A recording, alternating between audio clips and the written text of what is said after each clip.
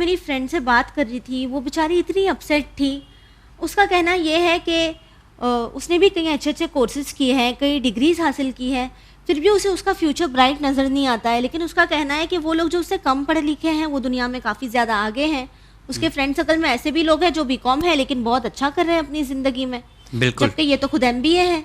बिल्कुल, आप देखें एक कॉलेज या यूनिवर्सिटी या स्कूल में एक क्लास में कम से कम कुछ नहीं तो 50-60 बच्चे होते होंगे, लेकिन सबका फ्यूचर एक जैसा नहीं होता है। बाहर निकलने के बाद हम लोग को लगता है कि ऐसे क्या कमी मेरे अंदर रह गई थी कि जो मुझे ये जॉब नहीं मिली है। एग्जैक्टली काफ़ी बार हम ये भी देखते हैं ना कि कुछ बच्चे स्टडीज़ में बहुत एक्सेल करते हैं, तो लोगों को लगता है कि ये तो आगे जाके बहुत आगे जाएंगे। बिल्कुल बिल्कुल। लेकिन वो जो बच्चे स्टडीज़ में थोड़े वीक थे वो आगे जाके बहुत आगे निकलते हैं। हाँ, ये कभी कभी होता है ना, वो सब लोग बोलते हैं ये तो बड़ा नालायक था लेकिन पढ़ाई बैक बेंचर था। हाँ, लेकिन आज माशाल्लाह इतना अच्छा कमा रहा है, और तुम तो इतना पढ़े लिखे लेकिन आज तक कुछ नहीं कर पाए। यानी कोई तो ऐसी क्वालिटीज होगी जो लोगों को सक्सेसफुल बनाती होगी। बिल्कुल, ऐसी आदतें तो होगी, शायद हम लोगों को पता नहीं है, जिसकी फाइंड आउट करने की ज़रूरत है। तो किसके जरिए करेंगे? जाहिर सी बात है, हमारे पास एक बेहतरीन, मैं कह सकता हूँ, जो हमें अच्छे से गाइड करती हैं, अस्मा मैम। तो नाज़रीन आइए मुलाकात करते हैं। अस्सलाम वालेकुम मैम। वालेकुम सलाम, कैसे हैं साजिद? अल्हम्दुलिल्लाह। वालेकुम सलाम ma'am, how are you? Good, thank you. जी मैम, जैसा हम और नीलम बात कर रहे थे और हम लोग कई ऐसे टॉपिक पे जब डिस्कस करते हैं तो समझ में आता है कि नहीं, ये भी प्रॉब्लम है हमारे साथ। एक चीज़ जो इशू हम लोग देख रहे हैं वो ये है कि हमारा भाई या हमारा दोस्त, हम लोग साथ में MBA किए, ठीक है, और उसके बाद जब मार्केट में आते हैं तो उसको अच्छी जॉब मिल जाती है, मुझे नहीं मिलती, मैं अभी भी स्ट्रगल कर रहा हूँ ऐसा।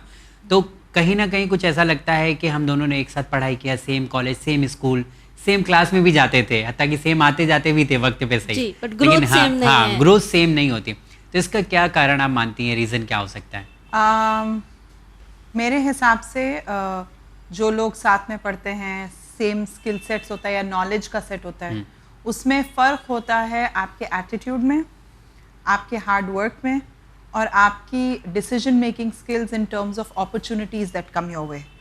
तो मेहनत में बहुत फ़र्क होता है। थोड़े लोग बहुत ज़्यादा मेहनत करते हैं, they go out of their way and they work hard to achieve something, and थोड़े लोगों का एटीट्यूड ये होता है कि बस 9 to 5 जॉब है ना, अब तो घर जाने का टाइम हो गया, अब ये मैं कल करूँगी जी। या आपका बॉस, आपका सीनियर आपको कोई चीज़ दे तो आप कहेंगे अब तो घर जाने का टाइम हो गया, अब ये मैं थोड़ी अभी करूँगी, मैं कल करती हूँ।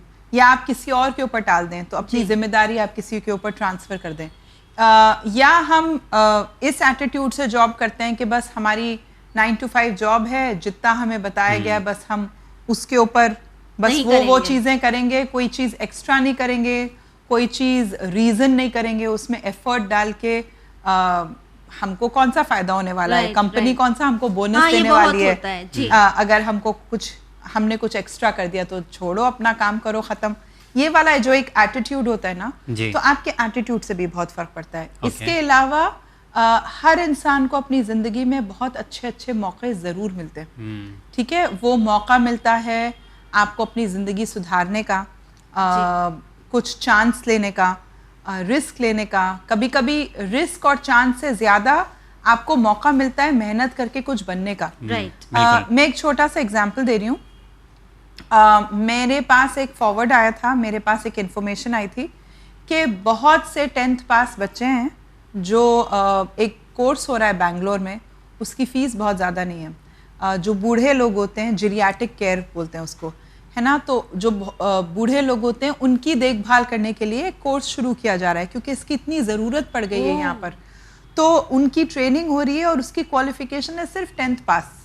You need to be only 10th pass to do that course, basic जी। एंड अगर आप वो कोर्स कर लें तो आप सर्टिफिकेट भी मिलेगा, आपको स्किल्स भी होंगी आपके पास, और ये बेहतरीन ज़रिया है कमाने के लिए, क्योंकि लोग कभी कभी बहुत अच्छी आपको पे देने के लिए रेडी होते हैं अगर आप उनके बुजुर्गों का ख्याल रखें, उनके साथ अच्छे से पेश आएँ, उनकी केयर करें, क्योंकि बहुत सारे वर्किंग लोग होते हैं जिनको हेल्प की ज़रूरत होती है ना। तो एक छोटी उम्र में बेबी सिटर की ज़रूरत होती है छोटे बच्चों के लिए, मगर जब लोग ज़ईफ़ हो जाते हैं तो उनकी केयर के लिए भी कभी कभी ज़रूरत होती है। हमेशा एक नर्स नहीं मिलती हमको, but we need people who are qualified, we need people who are trained in taking care of old people. कोई हार्म ना पहुंचाएं, अक्सर होता है ना। तो ये कोर्स है जो 10th पास स्टूडेंट्स के लिए अवेलेबल है। मैंने इस कोर्स को बहुत लोगों को फॉरवर्ड किया, बहुत, मेरे ख्याल से अगर मैंने 50 लोगों को इसके बारे में बताया है जिसका मुझे लगा था कि अगर ये इस अपॉर्चुनिटी का फ़ायदा उठाएं तो इनकी ज़िंदगी बन सकती है। आपके पास खाने पीने को नहीं है इस वक्त, मगर अगर आप ये कोर्स कर लें तो आप 20-25 हज़ार 18,000 महीने का कमा सकते हैं। तो भूखा रहना, हाथ फैलाना आपको मंजूर है, मगर कोई काम करके, कोई हुनर मेहनत नहीं लेना, करनी। मेहनत करके 20,000 कमाना, 25, आई थिंक जिसके पास कुछ नहीं है उसके पास 20-25 हज़ार काफी बहुत मायने बहुत रखते हैं। रखते हैं जी। और आज तो मतलब जॉब भी करे लोग 15, 16, 17 हाँ, हज़ार। और when you become good at something, जब आप लोगों की खिदमत करेंगे तो इसका सवाब भी बहुत है नेचुरली, है ना। तो ये हर लिहाज से बहुत अच्छा एक जरिया है आपके कमाने का। मगर आप यकीन नहीं करेंगे, मैंने कम से कम 50 लोगों को भेजा था, उसमें से सिर्फ एक इंसान ने मुझे पॉजिटिव रिप्लाई दिया। अच्छा जी। So this is the example that I'm telling you of an opportunity 50 that I gave to 50 people who have passed 10th, जी जिनको मैं जानती हूँ कि वो ज़रूरतमंद हैं, मगर उसमें से सिर्फ एक इंसान ने उसका फ़ायदा उठा के, और जब तक हम ये भी कह रहे हैं कि हम आपको स्पॉन्सर करेंगे, जी। उसकी जो फीस है उसके लिए भी हम आपको स्पॉन्सर ढूंढ के, तो Still आपको people अपनी are जेब not से there. खर्च जी। नहीं करना है, आपको सिर्फ फ़ायदा ही फ़ायदा बट है। बहुत अफसोस की बात है ना मैम कि So- लोग मेहनत ही नहीं करना चाहते हैं। मेहनत नहीं करना चाहते, They want to be opportunities successful। आजकल आप देखिए But बहुत जवान shortcut, जवान लोग, जी। जवान हर जवान चीज़ लोग का पैसे shortcut। मांग रहे हैं आजकल, देखिए तो आप बहुत जी। जवान जवान लोग। तो अब ये एक अपॉर्चुनिटी है जिसने इसे, ये एक एग्जांपल दे रही हूँ मैं, इसी तरह बहुत सारे एग्जांपल्स हैं। तो जो लोग इस अपॉर्चुनिटीज का फायदा उठाते हैं उनकी जिंदगी तब्दील हो जाती है, वो कहाँ से कहाँ पहुँच जाते हैं। Okay. और जो लोग अपॉर्चुनिटीज का इस्तेमाल नहीं करते वो वहीं के वहीं रहते वहीं हैं। रह जाते हैं। मैम जिस तरह से आपने कहा कि वो लोग जो अपॉर्चुनिटीज़ का इस्तेमाल नहीं करते वो लोग नहीं बढ़ते हैं लाइफ में आगे, जी। लेकिन काफ़ी लोग ऐसे होते हैं जो बहुत मेहनत करते हैं, बहुत एफर्ट्स लेते हैं, पूरी शिद्दत से कोशिश करते हैं ज़िंदगी में आगे बढ़ने की, लेकिन फिर भी उन्हें ग्रोथ नज़र नहीं आती।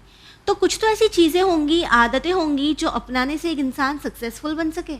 बिल्कुल नीलम, एक बहुत ही खूबसूरत किताब लिखी है, एक ऑथर है स्टीवन कोवी, जी। उन्होंने एक किताब लिखी है the 7 habits of highly effective people.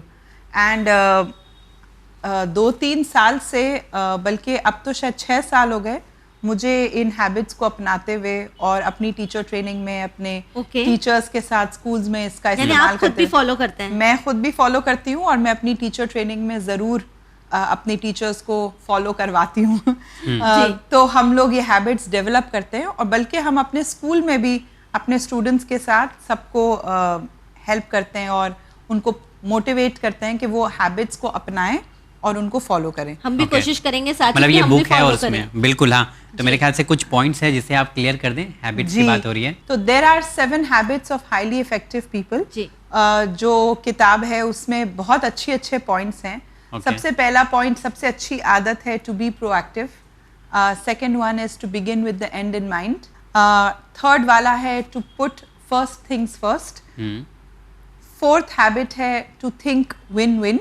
The fifth habit is to seek to first understand and then to be understood. जी। सिक्स्थ वाला है synergize and work together. And seventh habit है शार्पन द सॉ। तो ये 7 habits हैं जो बहुत ही हमें तो काफ़ी फ़ायदा हुआ है, और मेरे ख्याल से जितने लोग, ये किताब काफ़ी मशहूर किताब है, जितने लोगों ने ये किताब पढ़ी होगी और इसका अमल करते होंगे, I am sure it has made a difference to their lives. मुझे ऐसा लगता है कि मतलब कभी कभी सोचते हैं ना कि किताबें जो लिखी जाती हैं ऐसे ही बस मार्केट में बेचने के लिए और लोग टाइम पास करने के लिए पढ़ते होंगे, लेकिन इससे फ़ायदा होता है तो शायद आज आप बता देंगी। जैसे आपने पॉइंट नंबर 1 मेंशन किया था कि बी प्रोएक्टिव, तो इससे क्या मुराद, क्या मतलब क्या है इससे? बीइंग प्रोएक्टिव का मतलब है खुद इनिशिएटिव लेना, ओके। खुद पहल करना कोई जी। भी काम करने में। तो फॉर एग्जांपल, अगर आप पढ़ाई कर रहे हैं, स्कूल में हैं, आप कोई चीज़ देख रहे हैं कि आपकी टीचर किसी चीज़ के साथ स्ट्रगल कर रही है, या कोई प्रोजेक्ट है जिसका जो टीचर मेंशन कर रही है कि आप लोगों को करना चाहिए, तो बजाय इसके कि आप वेट करें, बैठे रहें कि हमारा नाम लेंगी तो हम करेंगे, वरना कोई क्यों टाइम ज़ाया करे। जी, जी। If you are proactive and if you take the initiative, you You'll volunteer से yourself. आई विल डू जी। It. So Okay. You are proactive. हमने एक एपिसोड में बात करी थी सेविंग द प्लैनेट की, कचरे की, गंदगी की, Right. तो हम लोग हमेशा देखते रहते हैं कि वो पड़ी रहती हैं चीजें, हम वेट करते रहते हैं कि कोई गवर्नमेंट का आएगा, जी। उठाएगा, साफ करेगा। राइट घर में भी देखते हैं, घर में भी देखते हैं, वो उठाएंगे, अपना उठाएंगी। उन्होंने रखा है। तो बीइंग प्रोएक्टिव का मतलब होता है कि आप इनिशिएटिव लें, जीएचएमसी वालों का इंतजार ना करें, you take the initiative, be proactive and clean up the street. आपका ही घर है ना, आपका ही मोहल्ला है, आपकी गली है, तो दूसरों का इंतजार क्यों करें, हम खुद करेंगे। एग्जैक्टली। ठीक है, तो सोच इसी तरह जब हम पीस की बात करते हैं, या हमने बहुत सारे आइडियाज की, क्लब्स की बात करी अपने चैनल पे, तो जो प्रोएक्टिव लोग होंगे तो वो किसी का इंतजार नहीं करेंगे कि कोई आके उनको बताएगा, कोई कहेगा चलो तुम ये करो, चलो हम ऐसे करें। They are proactive and they take the initiative to do things. बिल्कुल। तो वो अपॉर्चुनिटीज को सीज करते हैं और इनिशिएटिव्स लेते हैं टू ब्रिंग चेंज। जी बिल्कुल। मैम, जिस तरह आपने हमें फर्स्ट पॉइंट एक्सप्लेन की, वैसे सेकंड यही था कि begin with the end in mind, तो इस चीज से क्या मुराद है? Begin with the end in mind is a very interesting thing. हम जब कोई भी चीज प्लान करते हैं ना, तो हम शुरू से शुरुआत करते हैं, पहले ये करेंगे, फिर ये करेंगे, फिर ये करेंगे।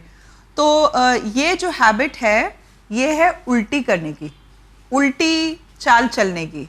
तो हम फाइनल चीज को अपने पास रखते हैं, फाइनल गोल को अपने सामने रखते हैं, and then we start planning backwards.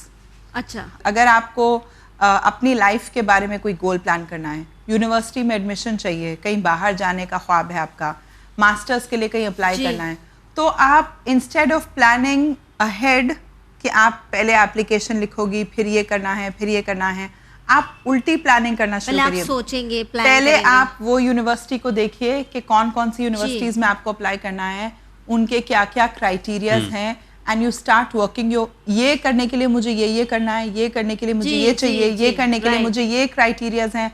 तो जब आपके पास एक लिस्ट आ जाती है, then you start preparing yourself from now for the goal which is going to be after 2-3 years। तो मंजिल पे पहुंचने से पहले ही मंजिल से शुरू करें हम लोग, मंजिल से बैकवर्ड शुरू करें, ताकि यू नो कि वहां तक अचीव करने के लिए आपको किन किन चीजों की पहले जरूरत एक है। प्लान बनाएं, फिर उसे एग्जीक्यूट करें। हाँ, जैसे थर्ड पॉइंट आपने बताया था कि ये भी एक हैबिट्स है, जैसे पुट फर्स्ट थिंग फर्स्ट, तो इसके बारे में भी थोड़ा एक्सप्लेन कर दें। फर्स्ट थिंग फर्स्ट का मतलब होता है प्रायोरिटाइज करना, कि थोड़ी चीजें हैं जो ज्यादा जरूरी होती हैं, थोड़ी चीजें हैं वो जरूरत के हिसाब से कम होती है। एक्चुअली यही लोग ज्यादा गड़बड़ करते हैं, हाँ, कि हम प्रायोरिटी नहीं करते। हाँ, राइट। तो फॉर एग्जाम्पल, जो चीज का आपको कल एक टेस्ट है और फिर आपको कहीं उसके बाद कहीं कुछ जाना है, या आपका कोई प्रोजेक्ट है, तो हम लोग प्रोजेक्ट पे टाइम बहुत लगा देते हैं, जो टेस्ट है उसकी तैयारी का टाइम नहीं रहता। राइट। तो पुट फर्स्ट थिंग्स फर्स्ट मतलब जो ज्यादा जरूरी चीज है हम उसे पहले करें,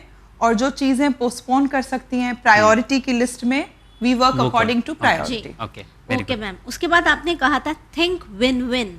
Yes. तो विन तो हर कोई करना चाहता है, राइट? और हम चैनल विन पे भी कोशिश यही कर रहे हैं कि लोग अपनी जिंदगी में भी विन करें, जीते। तो विन विन को क्या थिंक करना है? विन विन का मतलब होता है कि कोई ऐसा रास्ता निकालो कि तुम्हारी भी और मेरी भी, दोनों की जीत हो, दोनों की जीत हो, कोई हारे नहीं।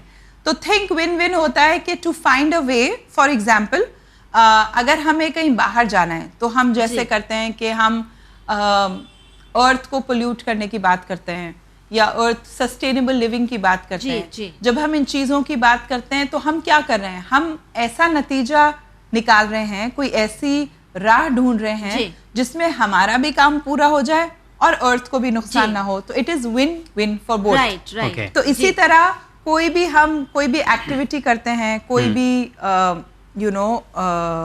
कोई भी नतीजा निकालने, किसी भी प्रॉब्लम का सोल्यूशन निकालने की कोशिश करते हैं, तो हम कोई ऐसा प्रॉब्लम का सोल्यूशन निकालें जो मेरे लिए भी मुफीद हो, प्रैक्टिकल हो, सिम्बायोटिक रिलेशनशिप, मुझे भी फायदा हो, आपको भी फायदा। जी, जिसका एक बहुत ही अच्छा एग्जांपल आपने हंगर क्राइसिस के लिए दिया भी था कि अगर वेडिंग में खाना बच जाता है तो आप उसे जरूरतमंद को भी दे दें, तो उनकी भी फायदा हो गया, आपका भी काम हो गया। जी। मैम, एक और हैबिट का जिक्र किया था आपने, चाहते हैं कि वो भी आप एक्सप्लेन कर दें। Seek first to understand then to be understood. Yes, इसका मतलब होता है पहले हर वक्त जब हम कोई प्रॉब्लम सॉल्व करने के लिए जाते हैं ना, या कहीं कोई बहस हो रही होती है, या हम किसी में आपस में कोई किसी चीज के लिए हमको बुलाता है, कोई किसी बात पे टोकता है, तो हम फौरन बड़ वी स्टार्ट जी, टॉकिंग। तो ये पॉइंट बहुत ही जबरदस्त है। ये Interesting कहता है। है कि सीक फर्स्ट टू अंडरस्टैंड, पहले समझो तो बात जी। क्या है, मसला ये ना कि कोई हम कहना सुनते क्या हैं, चाह रहा है। जी, जवाब देने के लिए। हाँ, हम सुनते हैं जवाब देने के लिए, दूसरे इंसान को समझने के लिए नहीं। तो हम पहले समझें कि क्या हालात हैं, क्या सिचुएशन है, क्या वो बोलना चाह रहे हैं, उनकी सोच क्या है। शायद वो अल्फाज गलत कर रहे हो मगर उनकी सोच अच्छी हो, जी। तो वो कुछ अच्छा करना चाह रहे हैं मगर वो सही से Right. उसको एक्सप्रेस नहीं Express नहीं कर पा करना। रहे। So first seek to understand what the other person is जी। सेइंग एंड देन आप अपनी बात उनको हाँ समझाएं। बिल्कुल, बिल्कुल, जी। बड़बड़ाने से पहले थोड़ा सा धैर्य रखें। जी। चलिए ये बिल्कुल, So अच्छी you चीज़ है। seek first to understand the other person and then to be understood कि वो आपकी बात समझे। बिल्कुल। जी। हो सकता है कि वो वही कह रहा हो जो आप कहना चाह रहे हैं। हाँ Exactly. अक्सर ऐसा अक्सर होता है ऐसा मैम। होता है अरे ना वो सामने कि लोग हम- यही तो मैं कहना चाह रहा यही हूँ। तो मैं कहना चाह रहा हूँ जी, मगर जी। हम जी। सुनते ही नहीं। जी बहुत ठीक कहा आपने मैम, ताकि अक्सर एक्चुअली ये होता ही है कि हम सुनना ही नहीं चाहते लेकिन समझना जरूर चाहते हैं कि लोग हमको समझे। इसके अलावा द नेक्स्ट पॉइंट इज साइनर्जाइज। तो इससे क्या मुराद है? सिनर्जाइज का मतलब होता है work together, team work, okay, to collaborate.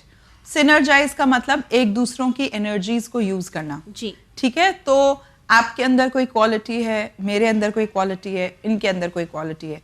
Instead of कि हम अलग अलग काम करें, अलग अलग मेहनत करें, अगर हम सिनर्जाइज कर लेंगे, अगर मैं आपकी एनर्जी का फ़ायदा उठाऊंगी, उसकी स्ट्रेंथ का फ़ायदा उठाऊंगी, अपनी स्ट्रेंथ का फ़ायदा उठाऊंगी, तो जो हम मिलकर काम करेंगे वो एक अकेले इंसान के काम की क्वालिटी से बेहतर Working होगा। as a team. बेहतर, बिल्कुल। Working in a team, and Collaboration के वर्किंग इन अ साथ। टीम का मतलब यही होता है कि हम एक दूसरों की स्ट्रेंथ को इस्तेमाल यूटिलाइज करें, करें। utilize आप करें। फुटबॉल के गेम में देखते हैं ना कि फुटबॉल में कभी भी बॉल अपने पास नहीं रखते, फुटबॉल में किक डाल के उस इंसान के पास करते हैं जिससे टीम विन करे। विन करें जी। बिल्कुल। So the whole idea is that your team should win, Right. not you win.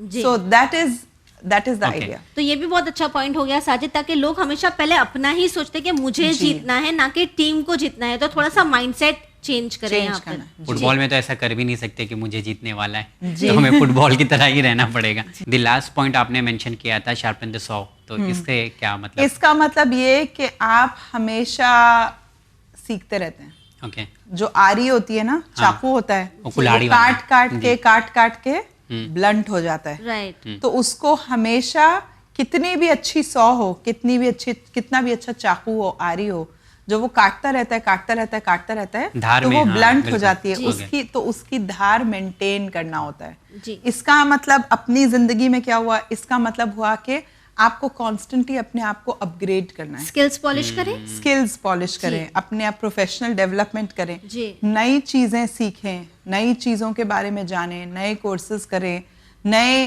सोच को अपनाएं। तो नई सोच को अपनाना, अपने आप को तब्दील करना, अपने आप को चेंज करना, ज़माने के हिसाब से चलना, that is called sharpening the saw. चलिए जी। मैम, बहुत शुक्रिया, बहुत अच्छे पॉइंट्स आज आपने प्रोग्राम में बताए हैं। आई थिंक जितने भी प्रोग्राम हम लोगों ने किए हैं, सारे प्रोग्राम बहुत बेस्ट रहे हैं माशाल्लाह से। तो ये जो 7 पॉइंट्स है आपने बताए हैं, 7 habits of highly effective people, highly effective people, तो ये हम लोग अपने अंदर भी ला इंशाल्लाह। सकते हैं और लाना चाहिए। लाना चाहिए। बिल्कुल साजिद, अब हम हमारे यंगस्टर्स को भी यही कहना चाहेंगे, if you want to be effective you have to follow these habits. Successful हर किसी को भी बनना है, हम हर कोई कामयाब होना चाहता है, आप होना चाहते हैं, हम होना चाहते हैं, लेकिन जब तक हम हमारी आदतें चेंज नहीं करेंगे, हमारी स्किल्स को पॉलिश नहीं करेंगे, चीज़ों को प्लान नहीं करेंगे, क्या हम सक्सेसफुल हो पाएंगे? हम अक्सर ये सुनते हैं ना कि जो लोग सुबह जल्दी उठते हैं वो ज़िंदगी में आगे रहते हैं। तो ये छोटी छोटी चीज़ें हैं जो हम हमारी ज़िंदगी में अगर चेंज करें तो हम भी ज़िंदगी में ज़रूर आगे बढ़ सकते हैं। इसी उम्मीद के साथ हमें दीजिए इजाज़त, पर बने रहिए चैनल विन के साथ, पैगाम इंसानियत। शुक्रिया।